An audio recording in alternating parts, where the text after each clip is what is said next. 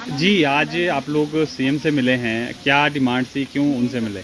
देखिए, आज हमारा जो हाई लेवल डेलीगेशन है हाटी विकास मंच का, क्योंकि हाटी विकास मंच हमेशा इस पूरे आंदोलन में हमेशा ही फ्रंट लाइन ऑर्गेनाइजेशन रही है और दिन रात इस मुद्दे को अगर सिरे चढ़ा है तो हाटी विकास मंच के हमारे तमाम हाटी योद्धा थे। आज इस डेलीगेशन में हमारे साथ जो मंच के हमारे मुख्य प्रवक्ता है डॉक्टर रमेश सिंगटा जी, मदन सिंह तोमर जी, नीतू चौहान जी, गोविंद राणा जी, दलीप सिंगटा जी, सुरेश सिंगटा जी आदि तमाम युवा साथी आज प्रदेश के यशस्वी मुख्यमंत्री श्री सुखविंदर सिंह सुक्खू जी से मिले और उन्हें अभी तक जो हाटी समुदाय का जनजातीय दूसरा अनुसूचित जनजाति अधिनियम है भारत सरकार से पारित हो चुका है और लाखों लोगों को यह अधिकार मिल चुका है। हमने मुख्यमंत्री हिमाचल प्रदेश सुखविंदर सुक्खू जी से आग्रह किया कि इसका जो मूल रूप जिस प्रकार से केंद्र सरकार ने पारित किया है उसी रूप में राज्य सरकार भी इसको शीघ्र लागू करे ताकि लाखों लोगों के जो सर्टिफिकेट वगैरह बनने हैं, लोगों को अभी लाभ मिलना है,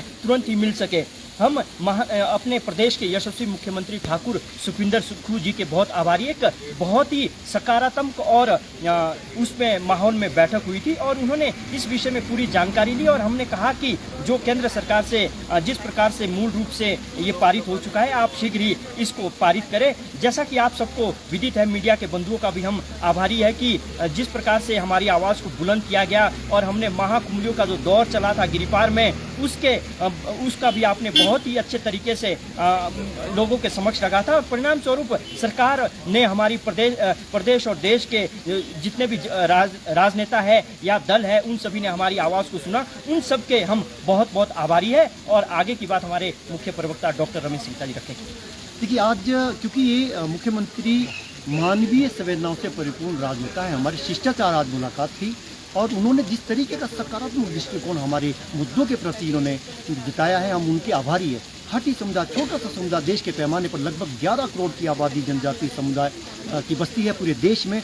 हमारी आवाज़ अगर दिल्ली तक पहुंचे तो मीडिया के बहुत आभारी और केंद्र के बहुत आभारी है, यशस्वी प्रधानमंत्री नरेंद्र मोदी जी के, यशस्वी गृहमंत्री अमित शाह जी के बहुत आभारी है, पूर्व मुख्यमंत्री जयराम ठाकुर जी के बहुत आभारी है, लोगों के हम आभारी, क्योंकि जन आंदोलन की जीत है, ये हाटी की जीत है, ये माटी की जीत है, ये जनता की जीत है।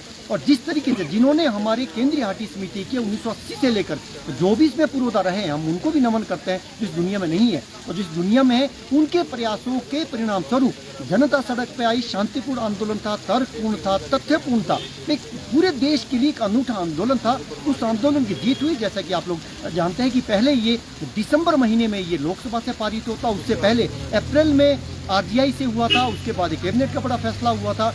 लोकसभा के बाद राज्यसभा से जुलाई महीने के अंतिम सप्ताह में राज्यसभा से संशोधित विधेयक पास हुआ था। उसके बाद महामहिम राष्ट्रपति की सहमति इसमें मिली थी। हम महामहिम राज्यपाल हिमाचल प्रदेश से भी हमने शिव प्रताप शुक्ल जी से भी हाल ही में उनसे मुलाकात की थी। उन्होंने ये कहा था कि जैसे ही आदेश आएगा केंद्र से, हम इम्प्लीमेंटेशन के लिए राज्य सरकार से कहेंगे। हमने ये भी कहा था कि हम मुख्यमंत्री से मिलेंगे, तो आज उसी कड़ी में हमने अपने समाज के हितों के लिए, व्यक्तिगत नहीं है, किसी के इसमें इंडिविजुअल सर्टिफिकेट नहीं बनने, पूरी कम्युनिटी का सवाल है, एक्सक्लूड SC। हमने 14 जातियों के और उपजातियों के हितों की लगातार पैरवी की थी।